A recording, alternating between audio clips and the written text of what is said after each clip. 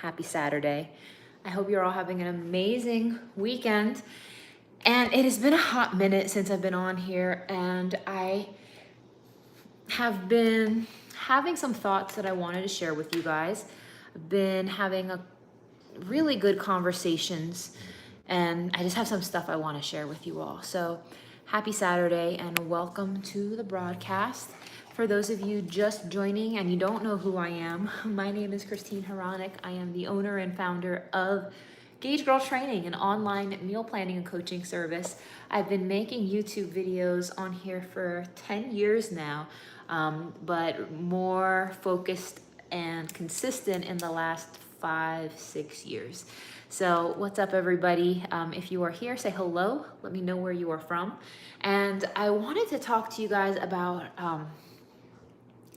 something extremely profound that really, hey Deanna, good morning. I want to talk about something so profound that I have seen people who grasp this concept of behavior change experience far greater levels of success than others. And the reason for that is I feel like anybody who has ever experienced success on a weight loss journey, hello Andrea from Texas, I'm so glad you're here, good morning. You're Armenian from Ethiopia, hello, Kanya, good morning. Guys, anyone I've ever seen succeed on a weight loss journey, hey Rosette from Pennsylvania, from PA as well, has been able to successfully change their behaviors, but anybody who is able to successfully lose weight and keep weight off is able to sustain behavioral changes. Hey Mimi Brown from Detroit, good morning. And I want to dive deep and talk about this for a minute because I want to differentiate something for you guys. Sometimes I have people, hey Jasmine from California, sometimes I have people who come to me who are not able to lose weight due to a medical or genetic condition, meaning they are trying, they are doing all the things, but for some reason there is some sort of medical reason for it, whether they have a thyroid issue, insulin resistance, diabetes, something hormonal, something, even forms of cancer, right? It's one thing if you have a medical condition. Hi, Ruth Victoria from Singapore. So there's that.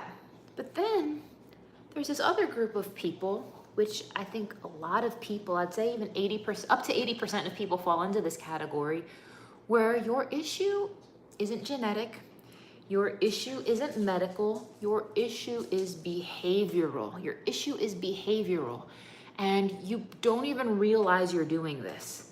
And for example, maybe you're the type of person where, every time you go out to eat, you order yourself a cocktail and a dessert and an appetizer.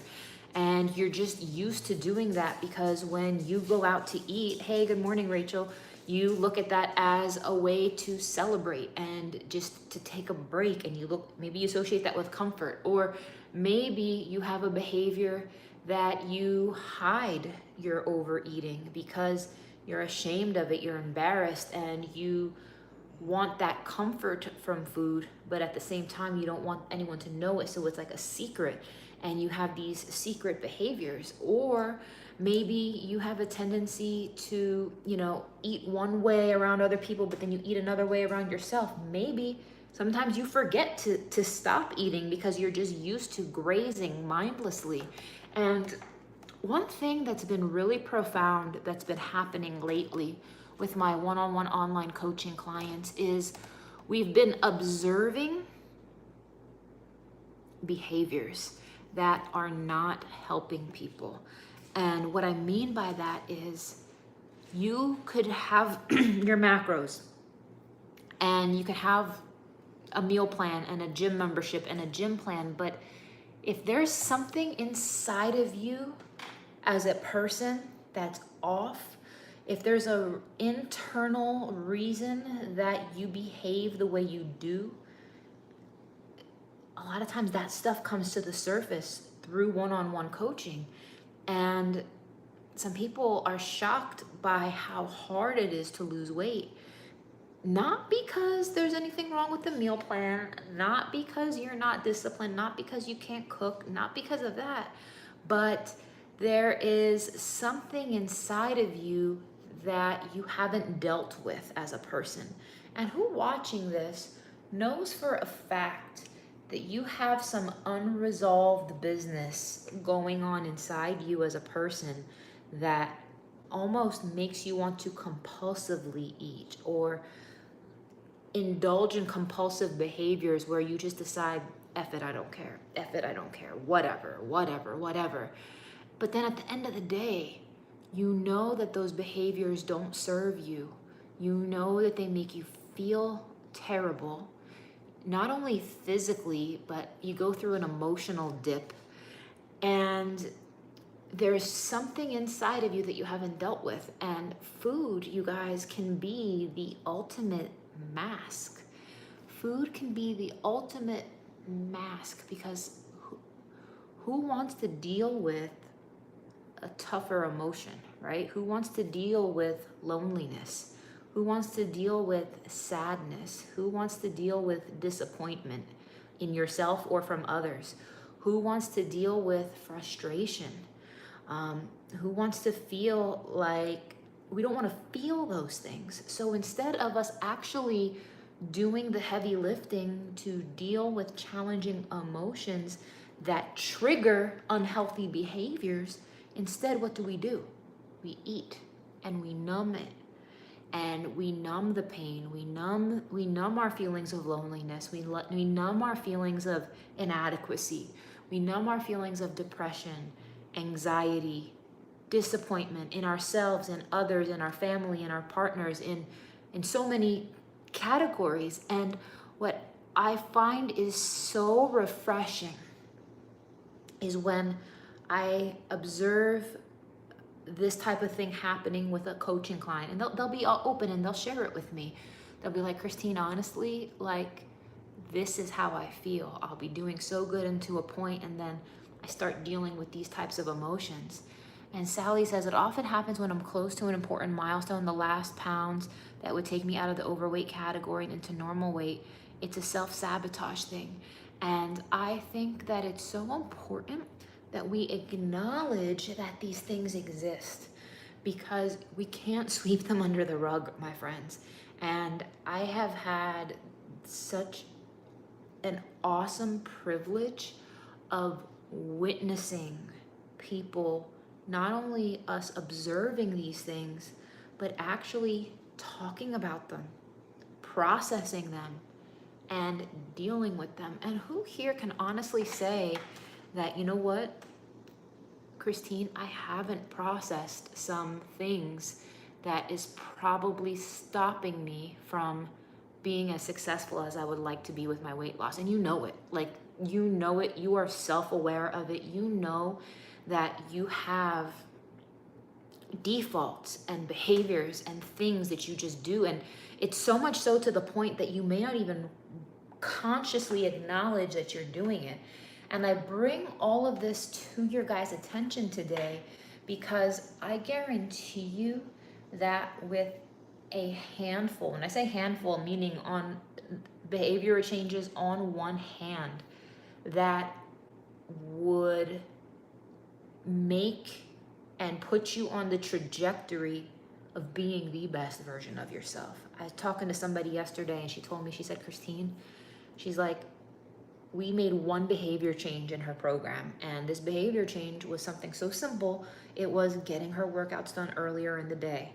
And I told her every day by 10 a.m. she has to message me and let me know that the workout is done, and she sends me proof that she did it. And it's just this accountability thing that we have going on. And she told me, she's like, Christine, she's like, I can't tell you how much more accomplished I feel. I feel like I'm one of those highly productive people. I feel like I can handle anything. My mind is clearer, my body is clearer. And why? All because we made a behavior change. She was still working out, but she just would just squeeze it in if she could, when she could, if it happened. But instead we're like, no, it's going to happen before 10 a.m. And we made this deal with each other that she's always going to get the workouts done by 10 a.m. And one simple behavior change, she is crushing her goals. The inches are dropping, things are changing. And not only that, she feels like one of those like high performing individuals, all because of that change. Andrea says, I do emotionally eat, and no matter how I eat right and exercising, I feel like it's taking a long time to lose weight. So Andrea, I challenge you to ask yourself, when you emotionally eat, what emotions are you trying to fulfill? What emotions are triggering you to do that? I had a conversation with somebody a couple weeks ago where her eating was to fulfill loneliness. And that may sound so basic and so simple, but she's lonely. And this person that I work with is dealing with some challenging emotions, dealing with loneliness. And the thing is, she didn't even call it loneliness. It was, Christine, I don't know why I'm eating so much. And again, you guys, I'm not a therapist, I'm not a psychologist, I'm not a psychiatrist, but what I will tell you, as somebody who wants to coach you guys to be successful, to be able to implement the principles of science around nutrition to work for you, a big component of that is behavioral change. And I challenge those of you guys who know for a fact that you have not processed some deeper emotions that are stopping you from being successful. Maybe you, like somebody said here earlier, you get to the point where you're doing so good, and then you get to a point where you intentionally self-sabotage yourself. Why? Why don't you want to get to the other side of that? Why don't you want to be healthy and strong? Why don't you want to push forward? Why are you afraid of success? Other examples include just a lack of awareness. And I guarantee you there's so many of you guys watching this right now who are resourceful, talented, badass women in at least one area of your life. But when it comes to your health, you are just lost and dumbfounded at how to apply that. And here we go. Rachel says, I tend to eat after an argument with my hubby, bad day, or when I'm bored. I just don't know how to change it. And first of all, the fact that you acknowledge what triggers it is a start, Rachel. And when you have those feelings after an argument, sometimes you may feel frustrated. I know that sometimes when I have those types of arguments, I feel helpless. You feel out of control, and you feel like the only thing you can control is what you put in your mouth. But what I want to encourage you is sometimes you need to just sit with the emotion for a second. And that may sound really scary and really strange. Like, allow yourself to feel anger. Allow yourself to feel sadness. Allow yourself to feel it. And I think that once you allow yourself to just experience the emotion and just kind of pause for a minute, cry if you need to, scream if you need to, yell into a pillow, hit something. Sometimes you're searching for food to eat even when you're not hungry, and you just start to feel sad. And I think that, you guys, this is what I'm talking about. We all could benefit from behavioral changes. And this is the value of coaching with your macros. Not only does it provide meal plans, training plans, but it provides light. It shines the light on behaviors that you're sweeping under the rug. And who watching this can say, you are sweeping shit under the rug. You are actively choosing to not deal with things. And my friends, I'm telling you, the longer and longer and longer and longer you go and don't deal with those things, you are only prolonging your ability to get to a healthy state. You're only prolonging your ability to get to a healthy state. And you just started reading about intuitive eating. Can I discuss that? So I think that there's pros and cons to intuitive eating. The premise of intuitive eating is essentially eating when you're hungry, listening to your body's natural hunger signals, and stopping eating when you're full. Now, I think intuitive eating is a fantastic lifestyle approach to healthy living, but I think that a lot of people would benefit from the boundaries and structure of a macros-based approach to make sure you're in a caloric deficit, to make sure you're getting the right nutrients, to make sure that you can establish progress. Because if you're not in a caloric deficit, you're not going to lose weight. But then once you get to a certain point where you've established progress, you're in a role, you've done a good job with that, and you're ready to transition to a lifestyle change, I think under those circumstances, intuitive eating is fine. Can dehydration make you overly hungry? Absolutely. And a lot of times people mistake hunger for dehydration. And the whole point is, I've even been thinking, so I love writing things down.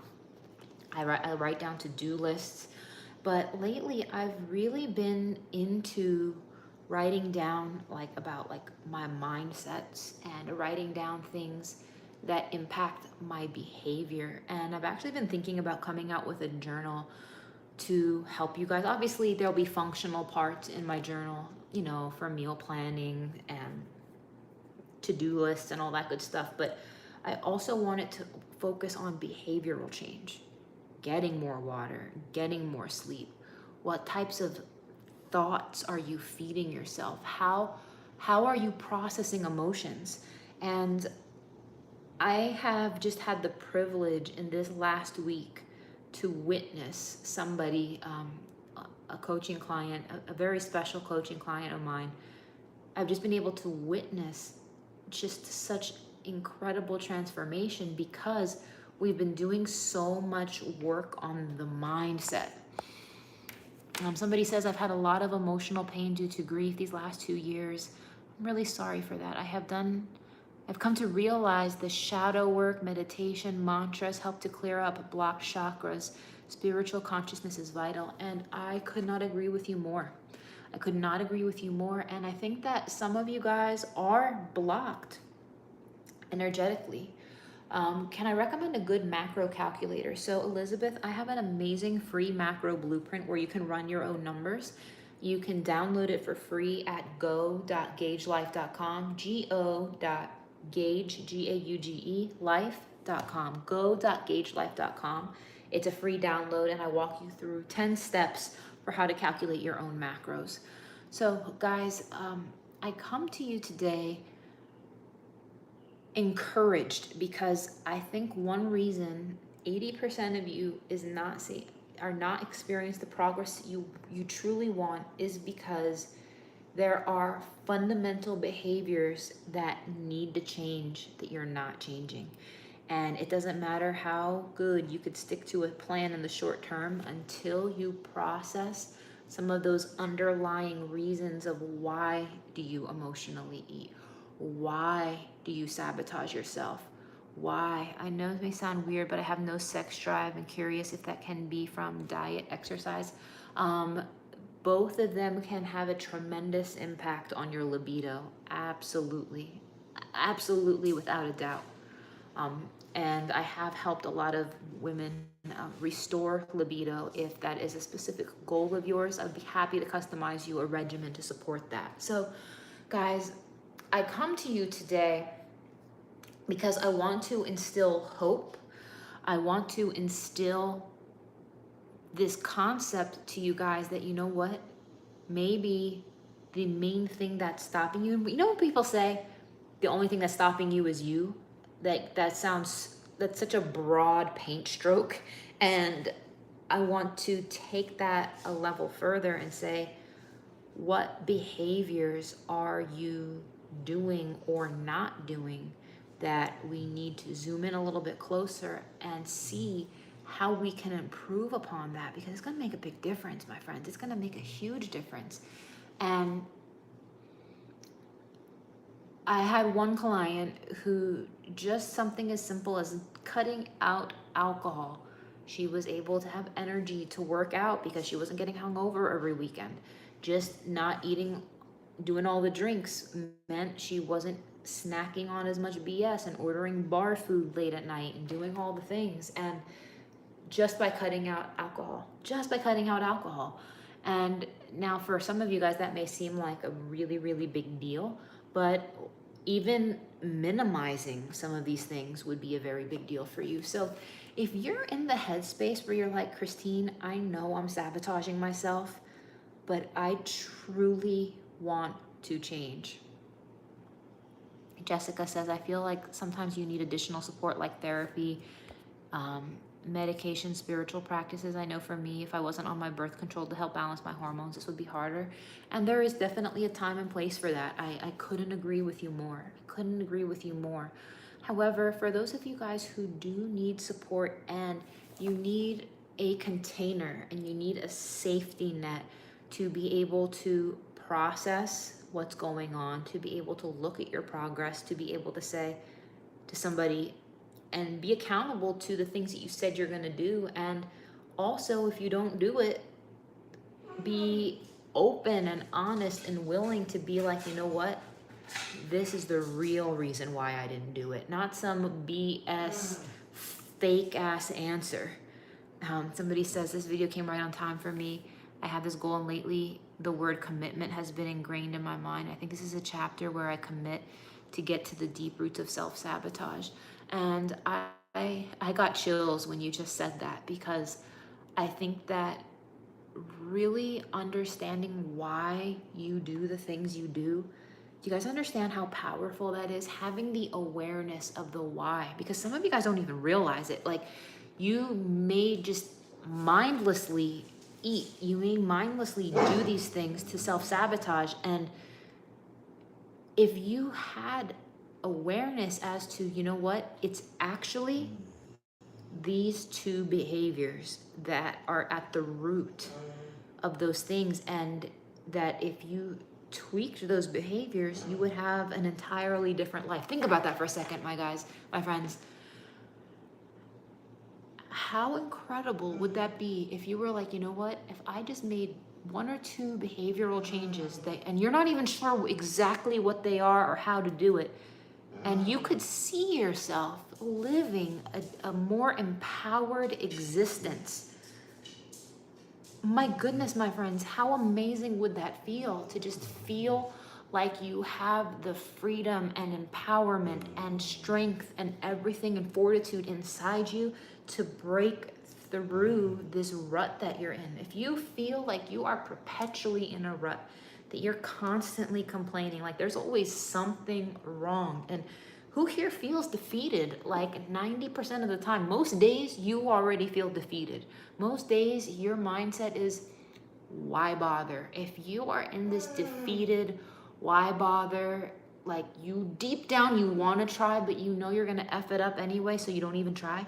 Guys, I want to pull you out of that. I want you to realize, if you're in that you can step out of that there is better ahead, that there are opportunities, and you have the tools, you have the resources accessible to you to sift through that and to do what?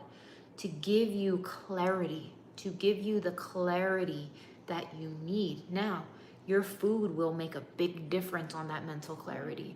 Exercise is going to make a big difference on that mental clarity. But I think especially for women, as I know I'm probably speaking to mostly women right now, we also have this emotional component where we need to feel like we are in the right headspace. We need to feel seen.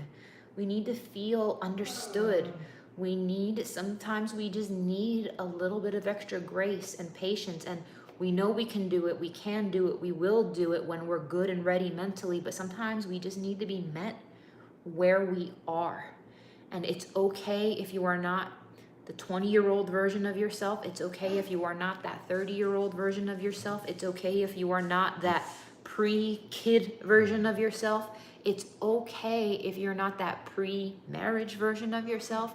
Wherever you are, you guys, I can meet you right there where you are in your current circumstances. And a lot of you need to redefine a new normal, meaning it's not about black and white. It's not about perfection. It's about carving out a new path that is doable, carving out a new path that feels good, that you can wrap your head around, that you want to do, cultivating a way of eating and living that you look forward to doing, not something that feels like a chore, not meals that feel like a drain, but things that you're like, wow, I really want to eat this healthy food. I really want to move my body. I feel good when I take care of myself. And guys, if you're in that heart, if you're in that head space, if you're in that mental space where you're like, Christine, like, I need to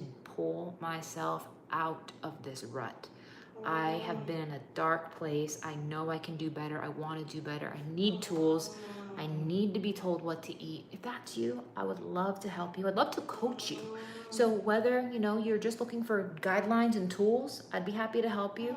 And Rachel, I'm glad, lady. I'm glad, because I'm telling you, it was just so heavy on my heart this morning that I shared this with you guys, because I know some of you guys are hurting. I know you are. I know some of you guys are feeling lonely. I know some of you guys are feeling not understood, not seen. I know some of you guys have emotional needs that are not being filled in the way you want them filled. And as a result, you're filling it with food. But I want to let you guys know that there is healing. I want you guys to know that there is a better relationship you can have with yourself, with food, with your body, and with your mind. So that being said, if anybody here watching this is like, you know what, I would love for you to coach me. I do have like 1 or 2 spots left right now. I would love to support you guys. And you know, if even it's on your wish list to work together at some point in the future, I just want you to know that these services are available to you if it's outside of your budget right now. So guys, have an amazing day. I love you all so much. I want you guys to just be encouraged that there is a way through. If you're dealing with some challenging emotions and that's stopping you from losing weight, start doing the inner work on you to get your heart and your mind in a good place. Because guys, once that stuff starts getting clear, you'd be surprised at what you could accomplish, guys. So have an amazing day, my friends. Love you all so much. If any of you guys want to work together, shoot me a DM on Instagram or just go to the website to place your order. But if you want to talk more, DM me. Have an amazing morning. Take care.